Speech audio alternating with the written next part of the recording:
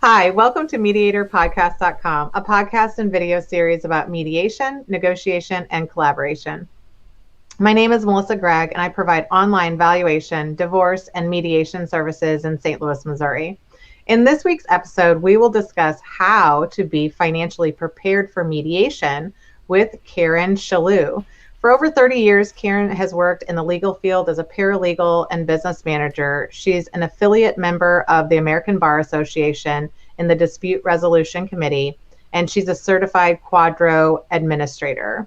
She also owns a company called My Divorce Solutions, which typically includes a team of professionals, including a certified divorce financial analyst, and they develop your financial portrait. And so this is a document that contains financial data that any couple would need in order to make clear decisions for their future.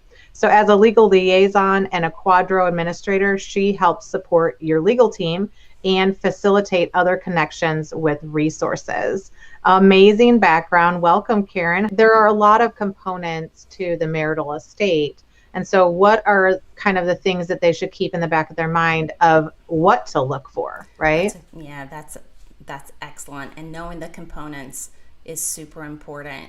So we usually take people through a checklist that are divided into categories. The first category is your real estate. So do you own real estate? You need deeds, mortgages, mortgage statements, pretty much anything you can find.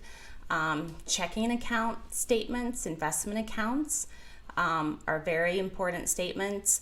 A lot of people think that their investment accounts could be comprised of, let's just say, 50 accounts.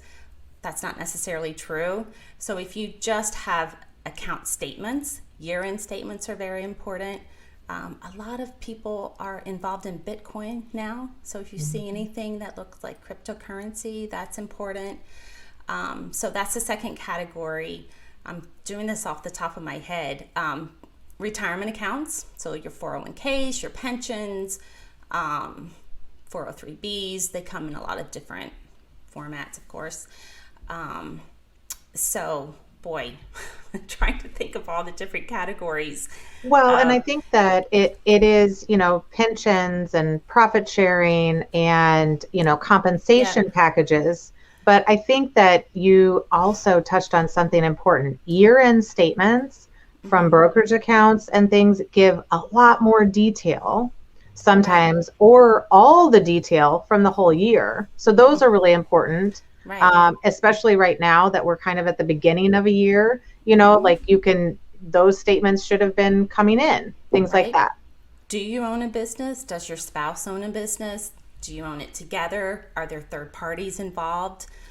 That's very important. Inheritances play a big role in the division of marital assets and whether or not what portion of them is marital or not marital. So knowing the components of the marital estate is very important, because once you know the components, you can start looking for the documents and you can start creating an awareness of what you have. You mentioned the executive compensation. If you or your spouse are highly paid executives, all of those benefits do factor into the division of marital assets.